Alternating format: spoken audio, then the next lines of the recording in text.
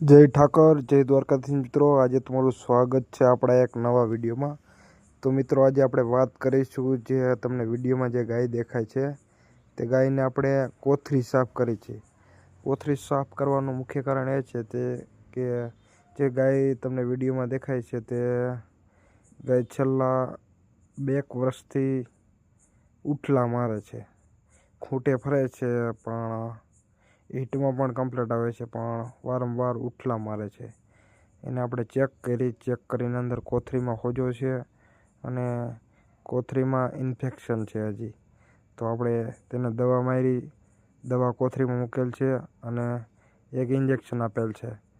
Injection આપી અને દવા મૂકી અને આપણે એક મહિનો જ્યારે પાછી હીટમાં આવે 21 દિવસે ત્યારે આપણે વિલાવા દેવાની છે અને બીજી ફેર પાછી હીટમાં આવે ત્યારે ખૂંટે અથવા બિદદાન કરી અને કમ્પ્લીટ થઈ જશે।